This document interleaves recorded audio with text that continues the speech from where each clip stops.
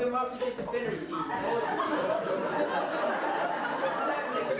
Full of rhyme and verse. So please shut up. It's a bloody long time to rehearse. Mrs. Beaton had lately been feeling unwell, with pains in her back and a tummy that swelled. She went to her GP, a man old and charming, who thought that these symptoms were somewhat alarming.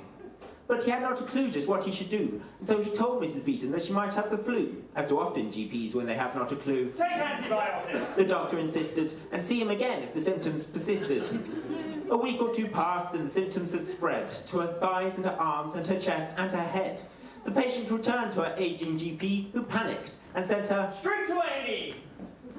It was here a young doctor did the explaining. He was tall, dark and handsome, fresh from medical training. His voice was calm, empathy in his speech. Such perfect communication only Brighton could teach.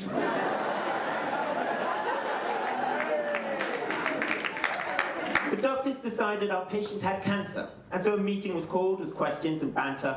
The multi-professional team was assembled. A triumph of healthcare provision. Someone did mention an assortment of titles and roles and professions, including some women, a required concession. All who gathered sought an excuse for another free lunch with coffee and juice. But no one was sure just who should begin, or if they should speak and when to butt in.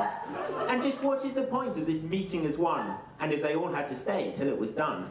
So they sat about thinking on what to think, then decided to ponder what colour ink to use on the paper when they'd all agreed on something to write, like how to proceed. The discussion had started on what colour ink, but the ink in their thinking had started to stink, and they started to think that the ink was a kink in the thinking about real things they should think. How should we choose just what colour to use? Said a pharmacist there who'd been having a snooze. Last time it was black. The idea was floated, then they nodded and noted, then vetoed and voted. Then the doctors arrived, shirts unbuttoned, no ties, haggard and knackered, regret in their eyes. None of them wanted to really be involved, and were happy to sit there till the problem was solved. Finally, the surgeon enters the room. The assembled hush. The surgeon booms. What's all this fuss? I'll save my life. Cut it out. Just give me a knife. Just in case it doesn't work as planned, we can book for a flight to Switzerland. All this was too much for the doctors to take, and the surgeon was hit square in the eyes with a cake. The cake, make no mistake, did cause quite the ache. The business consultant leaps to her feet, talking of Expenditure, income and targets to meet. her ideas are dismissed with a communal grunt. Everyone knows she's a complete idiot.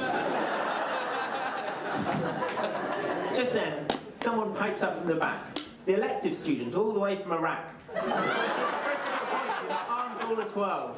It's a pity no one can understand the poor girl. The doctors arise. They look like they might have a clue. Just ask the patient what she wants to do. And though they all had definitely tried, it soon transpired Mrs. Beaton had died. They'd taken too long to have their meeting, and whilst they were chatting, her heart stopped beating. And so nothing is decided, nothing is done. The attendees depart one by one.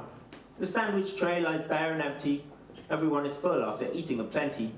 And here we leave our rhyming story, celebrating the multidisciplinary team in all its glory. And no doubt they'll be back if another case should arise, as long as there are cakes, sandwiches, and pies.